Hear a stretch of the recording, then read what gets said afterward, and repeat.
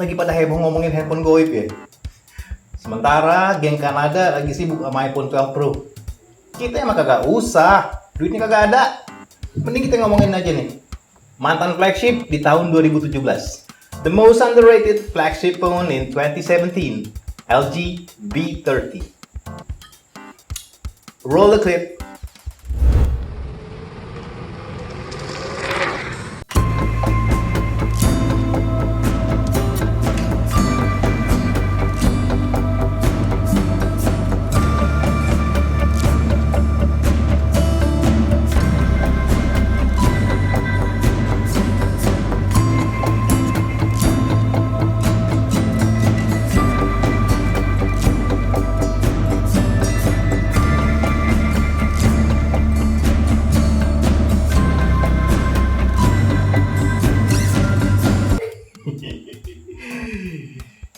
Gue tuh kayak ngerasa gimana gitu ya kalau nemu satu barang lawas yang masih oke banget dipakai buat sekarang tapi harganya udah terjun bebas. Kayak ada semacam perasaan Hey, assalamualaikum warahmatullahi wabarakatuh. Halo Bani Adam, welcome to my channel. Gue Rizu, bocah tua nakal yang kebanyakan main. Balik lagi kita di segmen karaoke yang kali ini akan gue mix dengan segmen lawas tapi bikin naksir alias wasir. Jadi karaoke wasir. Apapun. LG. Gue jarang banget main nemu temen yang pakai handphone LG. Bahkan kayaknya di circle gue nggak ada yang pakai. I mean like literally no one, not a single person.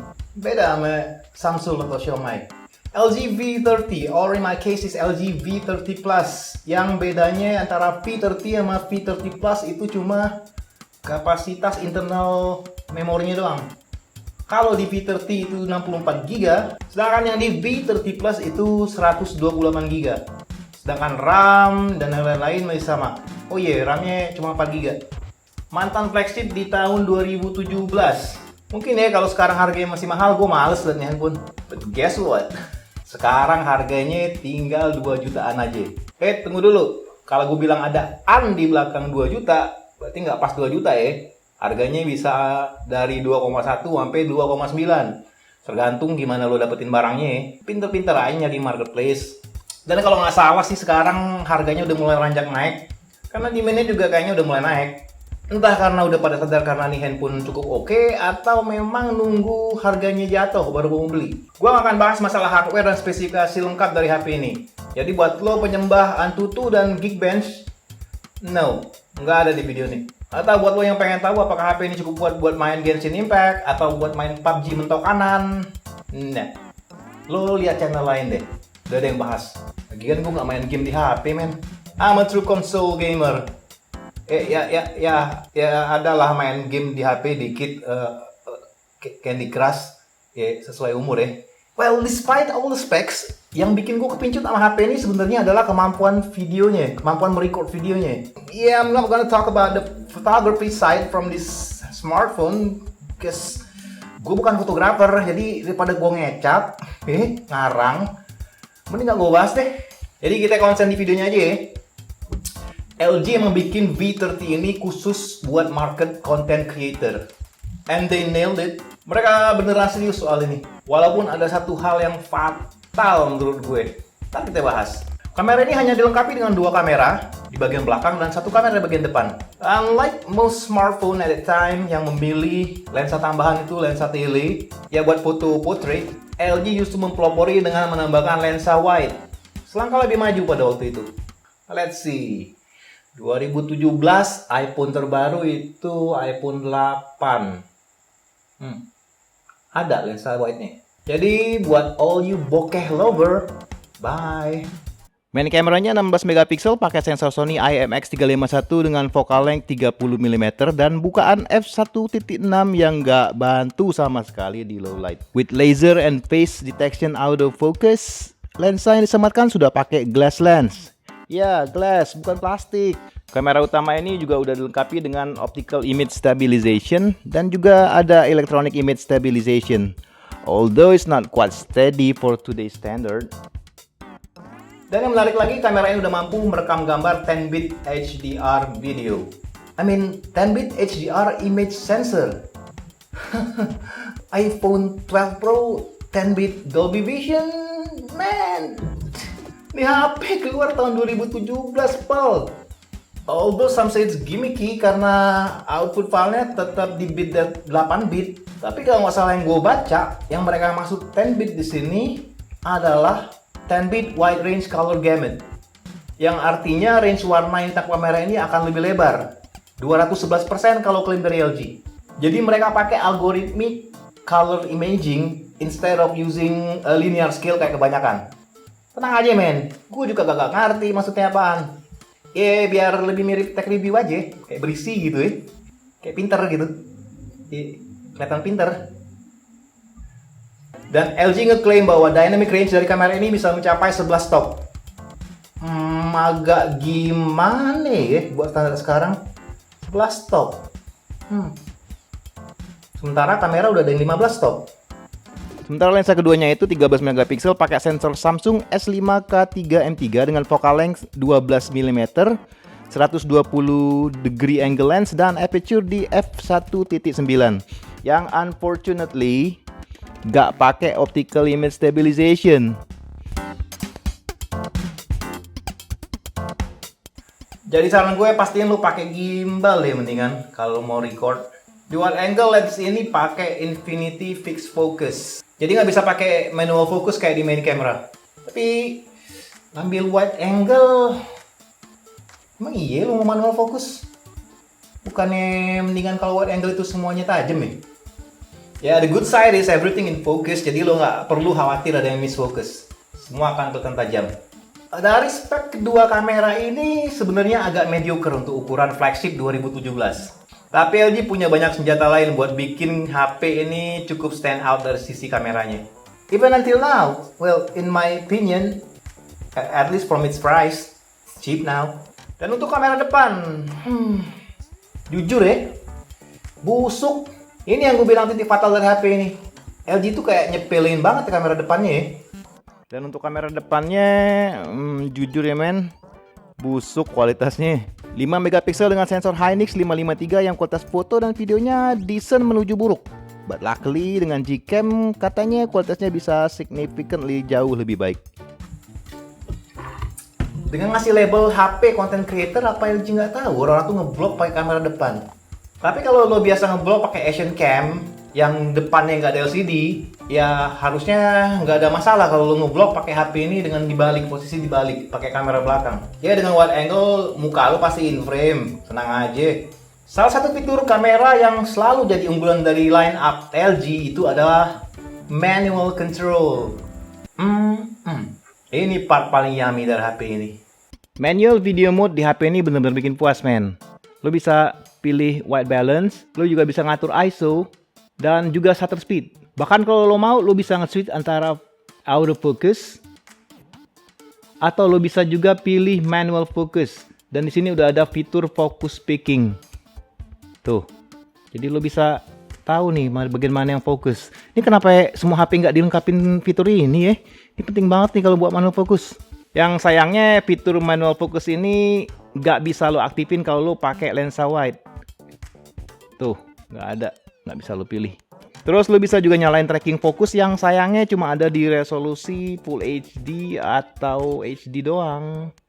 Jadi kalau pilih sini Full HD, track fokus. Kalau lo geser-geser tuh, dia akan nge-track fokus di objek yang lo klik. Decent, nggak awesome, tapi usable. Untuk resolusi HP ini cuma support 4K di frame rate itu cuma mentok sampai 30 frame per second. Ya lumayan ketinggalan dengan HP sekarang udah bisa 4K 60 frame per second. Cuma karena gue member sekte penganut 24 frame per second dan bukan penggemar slow-mo epic B-roll shit nematic ala YouTube, jadi 30 frame per second udah cukup buat gue. Sementara di Full HD itu frame rate-nya mentok cuma sampai 60 frame per second. Dan untuk slow-mo itu 120 frame per second tapi mentok di resolusi 720p aja. Nah, untuk bitrate itu lo bisa lihat sini, well it's kinda lame, 24 megabit per second. Ya cukup rendah untuk ukuran sekarang. Lo bisa pilih bitrate-nya itu low, medium, dan high. Tapi kalau kita mentokin sampai high aja, let's see, kita ganti itu di resolusi 4K. Lo bisa lihat maksimum itu cuma 52 megabit per second. Bandingin to what smartphone can do nowadays, I mean it's up to 100 megabit per second. Tapi saran gue kalau lo mau pakai high bitrate, lo silakan pakai OpenCam atau lo bisa beli Filmic Pro yang setelah gue tes di setting Filmic Pro Extreme itu bisa tembus sampai 125 megabit per second. But to be honest though, gue nggak lihat ada masalah sih di 52 megabit per second. Gambar tetap relatively clean dan hampir nggak ada artifacts kalau dipakai di well-lit environment. Kalau di kondisi low light mah ya tetap hancur. Oke, back to menu, lo bisa pilih di sini ada pilihan Hi-Fi yang kalau lo nyalain ini bisa ngeboost kualitas audionya dengan bitrate 2400 kilobit per second. Tapi beware karena format audio untuk mode ini tuh PCM dan nggak semua apps editing tuh fully support format ini. Terus di bawah lo bisa aktifin juga LG Cinelog. Nah, ini dia nih. Yang sayangnya nggak bisa diaktifin di wide angle lens. Yeah, this feature is awesome man. Buat yang mau grading ini bisa lo pakai. It's a real deal. Ini beneran lock profile, bukan flat picture style yang berpura-pura jadi lock. Apa bedanya? Lo coba Google aja sono ya. Asiknya lagi, lo bisa preview di sini. Kira-kira gimana hasilnya kalau udah di apply LUT. Lo tinggal klik sini, display LUT. Jadi lo ada bayangan kalau udah di apply LUT itu hasilnya bakal gimana. Kalau lo matiin itu ya lo bisa lihat hasil dari log picture yang lo hasilin dari kamera ini. Oh iya, lo juga bisa download LG Cine LUT buat software editing lo di websitenya LG ya. Oke, back to menu. Nah, ini yang gue tadi bingung. Ini HDR-nya kok nggak bisa gue atur ya. Gue pikir tadinya apa ini bugs, tapi ternyata itu fitur HDR buat foto. But ada satu hal yang gue temui ketika gue buka file videonya di komputer atau di program editing. All the video files yang di-record dari kamera handphone ini, color gamut-nya kebaca Rec 2020. Jeng jeng jeng. Which is sama dengan color gamut-nya HDR. Ini menjawab keluhan dari orang-orang yang bilang kalau LG itu ngasilin gambar yang punchy dan oversaturated. The thing is, kalau lo nggak punya display yang support 10-bit HDR video, jelas warna nggak akan akurat.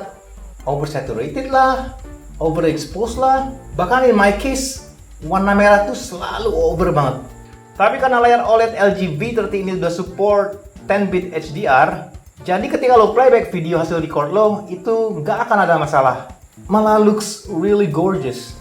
That's why kalau setting lo ketika editing adalah Rec 709, lo harus convert dulu videonya dari Rec 2020 ke Rec 709. Yang gue rasa software-software gede kayak Adobe Premiere atau Final Cut Pro atau juga DaVinci Resolve udah pasti bisa lah.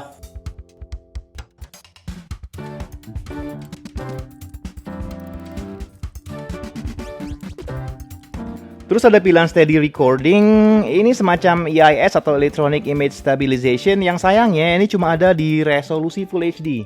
As you can see gue pilih 4K itu nggak ada. Tapi kalau ganti di Full HD, lo bisa nyalain steady recordingnya. Tapi karena ini stabilisasi pakai program, gambar tentu aja akan di crop. Jadi saran gue, mending lo matiin, terus lo pakai gimbal. Untuk yang nggak mau ribet grading, LG ngasih satu mode yang bikin mudah buat coloring video tanpa harus grading. Jadi lo bisa pilih sini Cine Video. Oke, ada beberapa color grading yang bisa lo pilih di sini biar video lo jadi kece. Let's try this one. Jadi lo lihat ini, tuh asik nggak men? Klaimnya LG ini nggak sama dengan filter-filter yang kayak ada di Instagram atau Snapchat. Konon ini dibuat oleh professional colorist.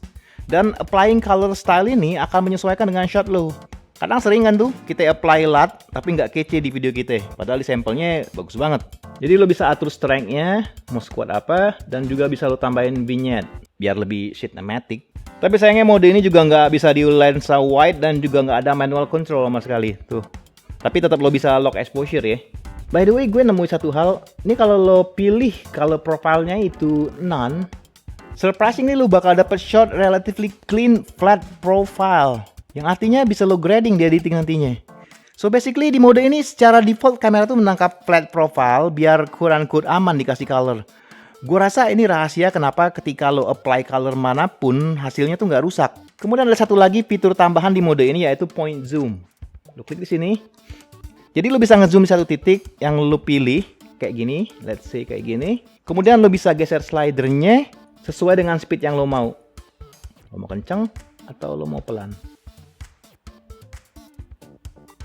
But beware karena ini digital zoom ya. Dan di mode cine video ini pun video di-record dengan color gamut REC 2020. Insane. Satu lagi yang LG nggak main-main di HP ini yaitu audio control. Lo lihat ya. No. HP mana men yang bisa ngatur gain, low cut filter, sama bisa ngatur limiter.